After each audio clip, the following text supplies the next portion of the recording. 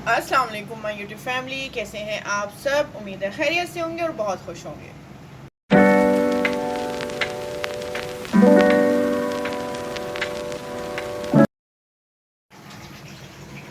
Okay जी, आज हम बनाए जा रहे हैं पेशावरी मटन चरसी कढ़ाई। बहुत ही इजी वे से बनाना सिखाऊंगी आज मैं आपको। तो उसके लिए मैंने क्या किया है, यहाँ मैंने मटन ले लिया था 2 किलो, ठीक है। उसमें मैंने मिक्स मटन लिया, थोड़ा चिकना भी था और थोड़ा रूखी बोटियाँ भी थी। तो मैंने उसको क्या किया, सबसे पहले इसको मैंने बॉईल कर लिया है। तकरीबन 2 गिलास पानी डाल के, नमक और 1 टीस्पून और अदरक लहसुन का पेस्ट डाल के उसको मैंने बॉईल कर लिए।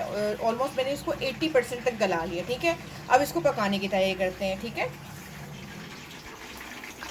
यहाँ मैंने कढ़ाई में ले लिया है ऑयल, तकरीबन 1.5 कप ऑयल लिया है मैंने इसमें, ठीक है। अब मैं ये जो गोश्त है ये मैं सारा इसमें शामिल करती हूँ, फिर आपको दिखाती हूँ।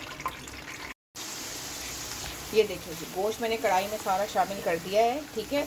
अब हम इसको ऑयल में फ्राई करेंगे। अच्छा, अगर ये तो मैंने बहुत इजी वे में बताया आपको, वैसे अगर आप डायरेक्टली पकाना चाहें तो डायरेक्ट आप ऑयल में कच्चा गोश्त डाल के उसको अच्छे से फ्राई करें, फिर उसको पकने के लिए पानी डाल के छोड़ देंगे। तो ये कुकर में पहले बॉईल करने से ये होता है कि आप बहुत जल्दी बना लेते हैं, झटपट आपकी कढ़ाई बन जाती है, ठीक है जी। अच्छा, अब इसमें हम क्या डालेंगे, 2 टेबलस्पून हरी मिर्चों का पेस्ट और 1 टेबलस्पून इसमें डाल देंगे हम लहसुन का पेस्ट, अदरक लहसुन का पेस्ट, ठीक है। बेसिकली जो कढ़ाई बनती है, पेशावरी चरसी कढ़ाई जो बनती है, उसमें कोई इतने ज़्यादा मसाले नहीं जाते। बहुत ही इजी वे में ये कढ़ाई बन जाती है और बहुत ही जल्दी बन जाती है, ठीक है जी। अब हम क्या करेंगे, इसको हम इनके साथ मसालों के अदरक लहसुन और हरी मिर्चों के पेस्ट के साथ अच्छे से भून लेंगे, ठीक है जी। ये देखिए जी, मैंने इसको अच्छे से फ्राई कर लिया अदरक लहसुन के साथ और हरी मिर्चों के पेस्ट के साथ। तो अब हम क्या करेंगे, अब हम इसमें ये टमाटर मैंने 2 हिस्सों में कट करके रख लिया था, ये तकरीबन 1 किलो टमाटर है, ठीक है। ये इसमें चले जाएंगे, उनको हम उल्टा करके इस पर रख देंगे सारा, ठीक है जी। मैं ये रखती हूँ, फिर आपको दिखाती हूँ। ये देखिए, टमाटर मैंने इसमें रख दिए पूरे, ठीक है। अब हम क्या करेंगे, ये जो यखनी थी हमारी जिसमें हमने गोश्त को अपने बॉईल किया था, ये इसमें शामिल कर देंगे। बिस्मिल्लाहिर्रहमानिर्रहीम। ये देखिए, यखनी मैंने शामिल कर दी, साथ ही हम इसमें 4-5 हरी मिर्ची शामिल कर देंगे। अब इसको हम कवर करके तकरीबन 15 से 20 मिनट तक पकाते हैं हल्की आंच में, ठीक है। मिलते हैं फिर आपसे। ये देखिए जी, इसको 15 मिनट हो चुके हैं पकते हुए, ठीक है जी। अब हम क्या करेंगे, ये सब टमाटरों के छिलके हम निकाल लेंगे, ठीक है जी। मैं ये सारे छिलके निकालती हूँ, फिर आपको दिखाती हूँ।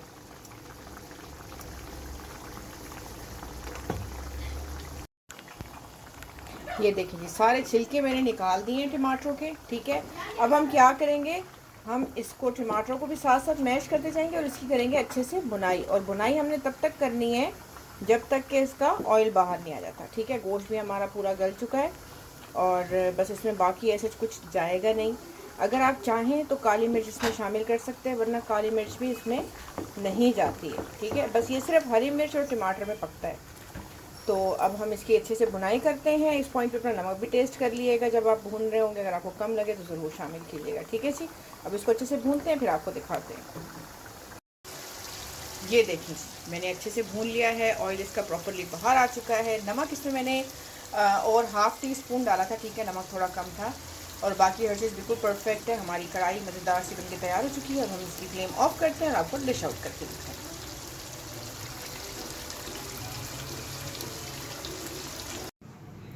ये देखिए जी, मैंने डिश आउट कर दिया है और इसको हरा धनिया से गार्निश भी कर दिया है।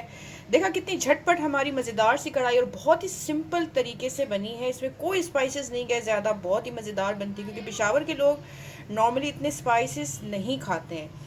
तो आई होप आपने ये रेसिपी इन्जॉय की होगी। ज़रूर ट्राई कीजिएगा और मुझे कमेंट्स में बताइएगा कि आपको कैसा लगा। और चाहते प्लीज़ मेरे चैनल को लाइक शेयर और सब्सक्राइब कीजिएगा। बराबर में जो बेल आइकन का बटन है उसको भी प्रेस कीजिएगा, ताकि टाइम टू टाइम आपको मेरी वीडियोस मिलती रहे। अब चलते हैं, फिर आएंगे एक नई रेसिपी लेके। तब तक के लिए अल्लाह हाफिज़।